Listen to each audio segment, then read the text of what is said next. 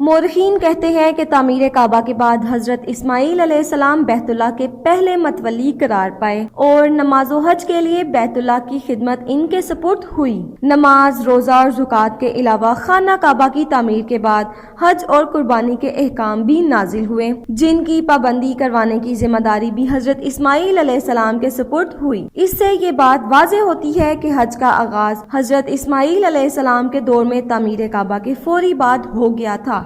مغربی مورخین نے بھی اس بات کا اعتراف کیا ہے کہ عرب میں حج کا دستور زمانہ قدیم سے رائج ہے۔ ڈاکٹر گستاو لی بان اپنی کتاب میں تحریر کرتے ہیں کہ عربستان میں کعبہ کے نام سے ایک عبادت گاہ تھی جسے قدیم روایات کے مطابق ابراہیم علیہ السلام نے تعمیر کیا تھا اور لوگ وہاں عرصہ دراز سے حج کرنے آتے تھے۔ پطرس باستانی لکھتا ہے کہ حج کا طریقہ مختلف امتوں میں انتہائی قدیم زمانے سے رائج ہے، مگر یقین سے نہیں کہا جا سکتا کہ سب سے پہلے کس امت کے ہاں حج شروع ہوا۔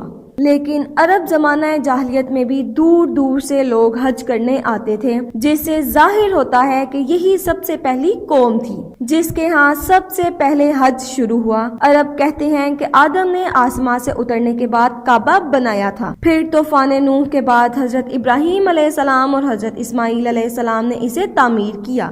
یہودی ان کے علاوہ بھی مختلف مقامات کا حج کرتے تھے، لیکن جب حضرت عیسیٰ علیہ السلام آئے تو انہوں نے صرف بیت المقدس کا حج کیا۔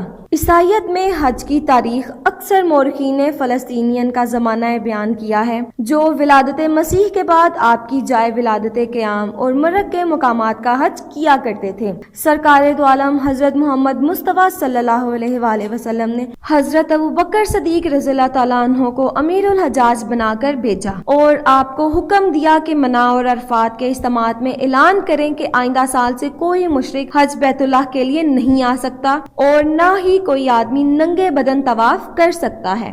سن 32 ہجری وہ تاریخی سال ہے جب نبی پاک صلی اللہ علیہ وآلہ وسلم نے خود فریضہ حج انجام دیا، جسے حجۃ الوداع کے نام سے یاد کیا جاتا ہے۔ اس موقع پر آپ نے تاریخی خطبہ ارشاد فرمایا اور دین اسلام کی تکمیل کا اعلان کیا۔ دور خلافت میں خلفائے اسلام یا تو خود امیر الحجاج کے فرائض سر انجام دیتے تھے یا کسی اور کو یہ ذمہ داری سونپتے رہے۔ اپریل 660 ہجری میں پہلی بار امارت حج پر اختلاف ہوا۔ حضرت علی رضی اللہ تعالیٰ عنہ نے امیر مکہ قسم العباس کو امیر حجاج بنایا، لیکن امیر معاویہ نے معاویہ یزید بن شجرہ کو امیر بنا بھیجا۔ مکہ پہنچ کر دونوں نے ایک دوسرے کی امارت تسلیم کرنے سے انکار کر دیا، لیکن حاجیوں نے انتہائی دانشمندی سے کام لے کر شبیہ بن عثمان کی امارت کا اعلان کر دیا۔ اسی طرح 686 میں حاجیوں نے امارت کے 4 جھنڈوں تلے حج ادا کیا۔ 814 میں ہونے والا حج تاریخ کا وہ پہلا حج تھا جب حجاج نے امام اور خطبہ کے بغیر فریضہ حج انجام دیا۔